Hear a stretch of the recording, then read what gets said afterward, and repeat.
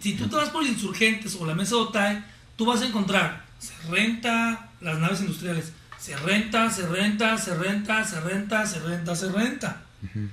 Las fábricas se fueron de aquí. ¿Y por qué se fueron? Precisamente por eso, pues. ¿Por qué? Porque no las cuidaron, porque no hubo estímulos fiscales. ¿Por qué? Porque el gobierno, el Estado y los gobiernos no cuidaron esa parte. ¿Y a partir de qué año fue eso? Eso empieza a partir de los años 90, 91. Yo me acuerdo, porque cuando yo llegué aquí a Tijuana, recuerdo que andaban en las calles perifoneando, ¿verdad? Reclutando gente para trabajar, que en la Sony, que en la Hitachi, que eso y que lo otro. Y tú te dabas el lujo de elegir. Hoy en día, tú vas a una fábrica y te dicen, ¿tienes caspa? No trabajas. ¿Tienes varices? No trabajas. ¿Tienes más de 35 años? No trabajas.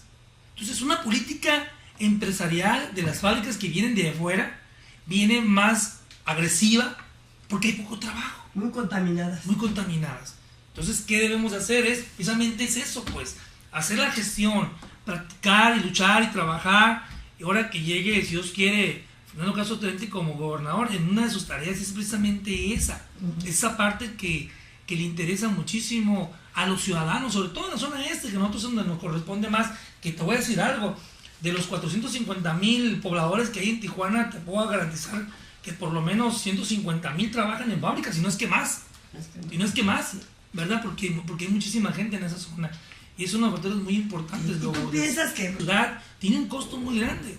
Y eso lo vemos el día de hoy. Todavía podemos ver que para que una empresa pueda instalarse en una empresa americana o europea o china o de Hong Kong o de Taiwán, le cuesta muchísima lana instalarse, y por tal, pues mejor prefieren irse a otras repúblicas, ¿no? Yo creo y estoy seguro que con Fernando Castro Tenti esto va a empezar a variar y va a empezar a cambiar, ¿verdad? Por eso es que él dice, para que tú ganes más. ¿Por qué? Porque lógicamente que al ver más ofertas de empleo, nuestro tesoro más preciado que tenemos en México es la mano de obra. Es una de las partes más hermosas y más grandiosas que tenemos, y es la parte que debemos de aprovechar, no desaprovecharla. Y si lastimamos a esos inversionistas que vienen a México a traernos trabajo y a malbaratarlo, ¿verdad? Lógicamente creo que estamos en un error y no estamos abonando nada para que nuestros ciudadanos y nuestros queridísimos tijuanenses y baja californianos pues estén como deban de estar. Creo yo que es una de las políticas públicas que Fernando Castro Tenti promoverá de alguna gran manera, con una gran ventaja, entre tantas que trae, ¿no? Te decía al principio, de alguna manera el tema de lo que es el transporte y la política están ligados, de alguna manera están ligados en el aspecto social. Yo recuerdo en las fábricas, yo llegué aquí en el 86 y recuerdo que había muchas fábricas.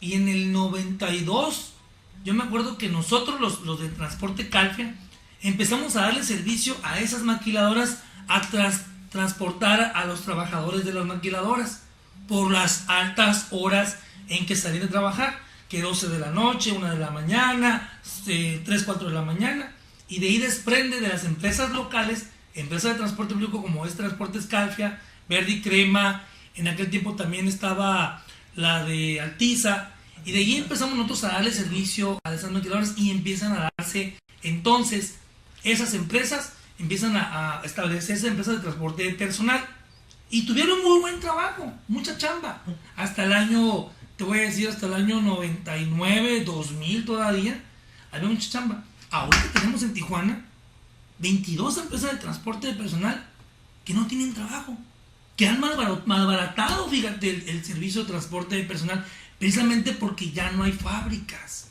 Fíjate cómo una cosa lleva a la otra. Fíjate, sí. 22 empresas que se establecieron, que crecieron, una cadenita, un efecto dominó. Y así se va dando, pues. Y se va dando, ¿no? Y mucha gente que no tiene chamba. Entonces, esas empresas el día de hoy están afectando a las empresas del transporte público que tienen rutas establecidas, las afectan en sus rutas. Porque no hay una chamba o un trabajo establecido como lo había hace 20 años, ¿no? 22 años. Ese es el tema, Lourdes. Creo que una cosa trae la otra, ¿no? El tener trabajo, pues es la parte sustancial que debemos de tener todos los seres humanos. Sin el trabajo, lógicamente, pues no avanzas, no caminas, ¿no? En el caminar del diario, que me ha tocado colaborar con Jorge Alberto Tsutsumi, nuestro candidato a diputado, hemos escuchado las clemencias de la gente que dice: me quedé sin chamba porque simplemente cerró la fábrica, me quedé sin chamba porque no hay movimiento.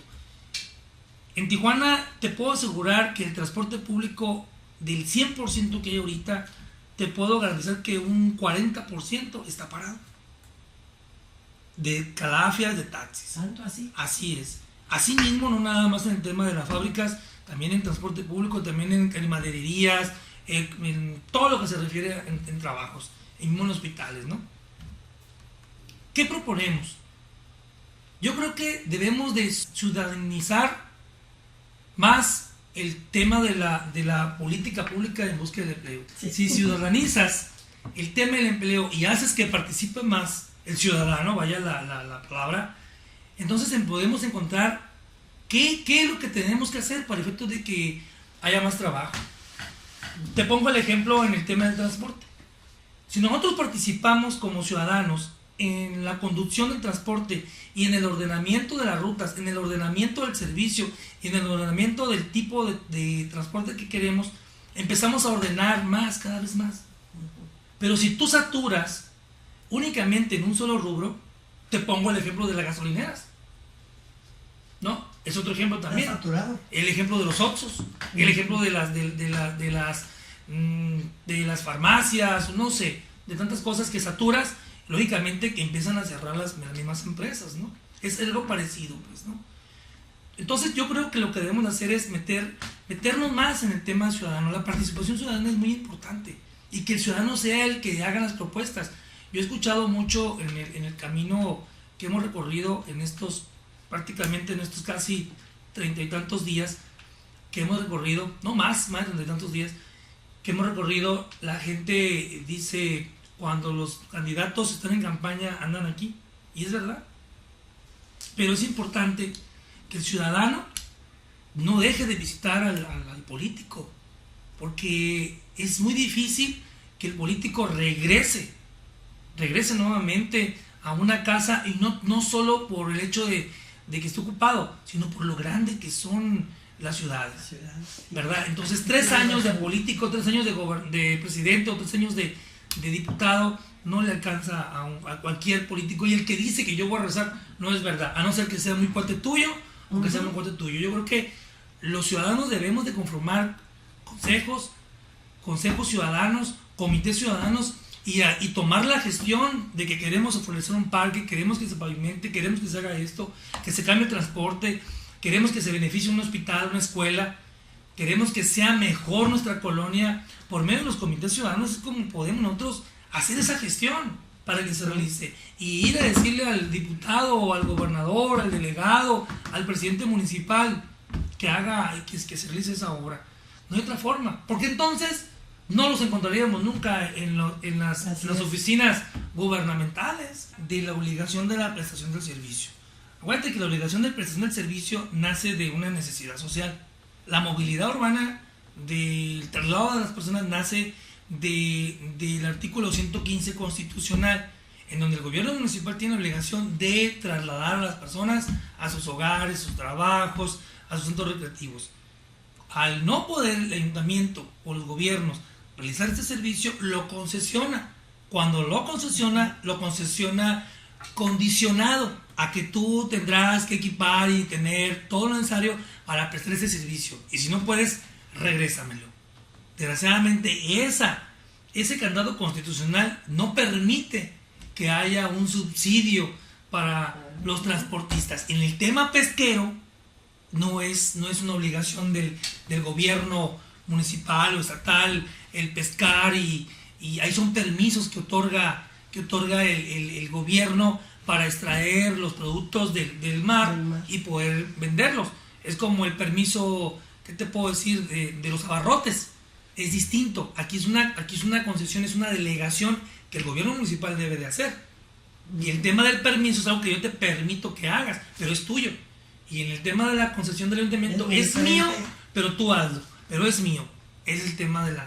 Por eso es que creo yo que no te subsidia. Esa es la barrera que hay entonces en la prestación de servicio. Así es. Y el gobierno, lógicamente, jamás se va a desprender constitucionalmente del tema del tema del beneficio del servicio, de la prestación del servicio de movilidad de las personas. Es como el tema de la basura, el tema de lo que es la salud, el tema también de la policía. Es un tema de gobierno. Pero cuando no puede hacerlo, porque no tiene la capacidad económica, lo concesiona. Pero lo concesiona temporalmente para que lo haga. Te digo, ojalá no me equivoque en la respuesta, no, pero está bien. Estoy seguro que esa es la parte, por eso es que no nos pueden dar un subsidio. Lo que hacen es, te repito, es un programa de chatarrización, en donde el gobierno federal te quita la unidad y te la paga, y tú con ese dinero tú sacas una unidad en un enganche y te da facilidades de crédito, pero no está haciendo nada porque el combustible no sea caro. Es una afectación directa a todos los ciudadanos, a todo el mundo. Pero lo curioso es, fíjate, cuando sube el transporte público, y es lógico, todo el mundo, hasta yo, porque mi hija me dice, oye, papá, qué caro es el transporte, y mi hija también lo usa. Pero cuando sube la gasolina, no decimos nada. A los ciudadanos, como a ti, como tú, Lourdes, nos afecta la gasolina. Hay uno el viernes antes del primer sábado de cada mes a llenar el tanque de gasolina. Sí, porque nos afecta directamente, pero no decimos nada, aguantamos vara.